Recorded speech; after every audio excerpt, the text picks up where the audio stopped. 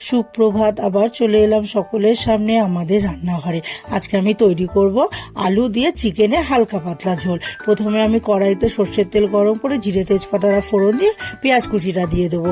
আর এবার আমি কিছুটা পেঁয়াজ, আদা, রসুন, কাঁচা লঙ্কা, কিছুটা টমেটো, জিরের গুঁড়ো, ধনের গুঁড়ো নিয়ে একসাথে পেস্ট করব।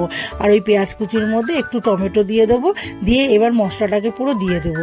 দিয়ে পরিমাণ মতো নুন, হলুদ, কাশ্মীরি লঙ্কার গুঁড়ো দিয়ে নাড়াচাড়া করে এবার চিকেনগুলো দিয়ে দেবো। এবার চিকেনটাকে দিয়ে একটু নাড়াচাড়া করে নিয়ে কিছুক্ষণ ঢাকা দিয়ে রাখবো। কিছুক্ষণ পর ঢাকাটাকে তুলে নিয়ে এবার নাড়াচাড়া করে নিয়ে সেদ্ধ করা আমি আলুটাকে সেদ্ধ করে রেখেছি, ওই আলুটাকে দিয়ে দেবো। দিয়ে স্বাদের জন্য একটু চিনি দেবো।